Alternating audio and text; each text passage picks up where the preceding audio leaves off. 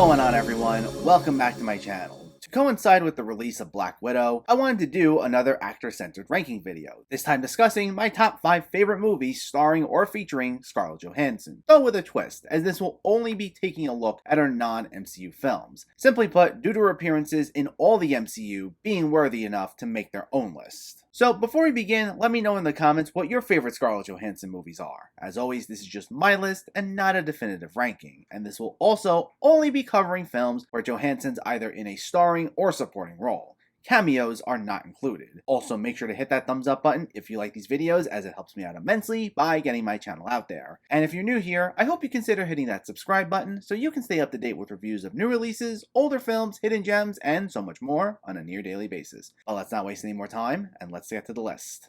At number 5 is The Prestige. I've actually done a full review for this last year, which I'll link to in case you missed it, so I'll keep this one a little short. While Christopher Nolan's often known for his incredibly dark and gritty films, and this one can be fairly dark itself, this is also the one film of his where it's easiest to have some fun. Despite the fact that our two main characters, played by Hugh Jackman and Christian Bale, aren't exactly the greatest people, you get hooked in by the back and forth between the two as they look for ways to one-up and sabotage one another. Johansson has a supporting role as Jackman's assistant who winds up falling in love with Bale and finds herself caught in the middle of their obsessions with one another, which soon leads to plenty of well-crafted tension among them all. This was one of the Nolan movies I've seen the most, and I find it to be one of his most underrated works. At number 4 is Don John, Joseph Gordon-Levitt's directing debut, and so far his only feature film behind the camera, which sees him having to choose between a porn addiction and his new girlfriend, played by Johansson, who gives what's easily one of her most fun performances. Now, this isn't your traditional romance movie, though despite some of the graphic subject matter and the very blunt matter of speaking by a number of characters, this is still surprisingly a lot more likable and charming than you think it would be, thanks to both Joseph Gordon-Levitt's very confident work both in front of and behind the camera, along with some really wonderful supporting work from Johansson and Julianne Moore. And despite its seemingly shallow nature at first,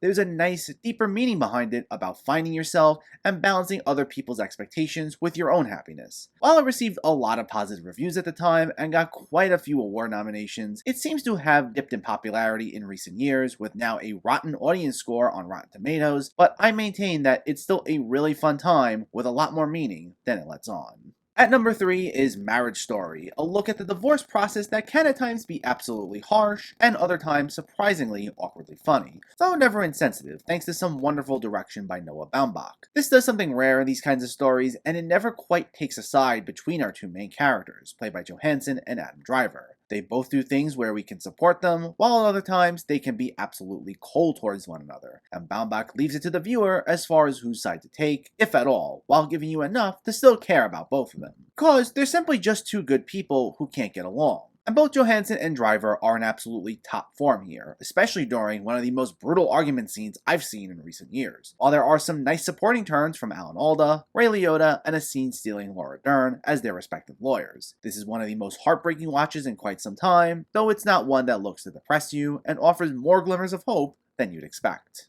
At number 2 is Lost in Translation, the film that saw Johansson move away from simply being a teen actress and going for more adult-oriented roles. This is one of those films that defines against the grain, with its often restrained and sometimes cynical approach, taking on a minimalistic look at an atypical romance. The film examined themes of isolation and loneliness as we find two Americans who meet by chance in Japan and decide to make the most of their time together while on their respective trips, as they reflect on their lives and pour their souls out to one another. While this was one of the best early looks at just how talented Johansson is as an actress, one also can't forget Bill Murray, giving what's quite possibly the best role of his career as well, mixing his usual deadpan sense of humor with a ton of pathos that led to such a richly developed character who acted as a great counterpart to the equally complex Johansson. While the film often goes for a subtle approach, it's not one that looks to shut audiences out, as you can still connect to both these characters while you sit there, listening to their conversations and finding yourself relating to both of them deeply. It's a beautifully filmed movie, and while it may have an unconventional approach, it's one that never gets old.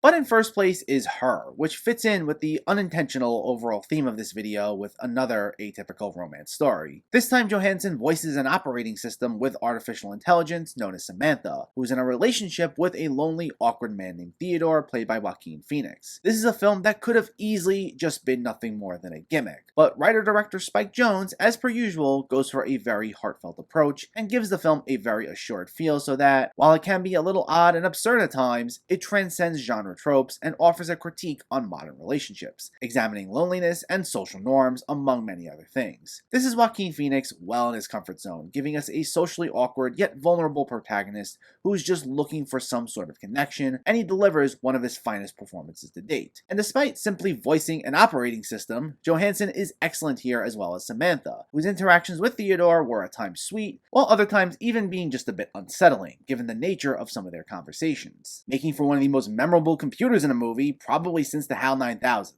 It's a film that will at times make you laugh, other times make you uncomfortable, and at other times break your heart, but it tells a deeply emotional story, and it's quite possibly one of the best love stories in recent memory, and it comes in as my #1 Scarlett Johansson movie.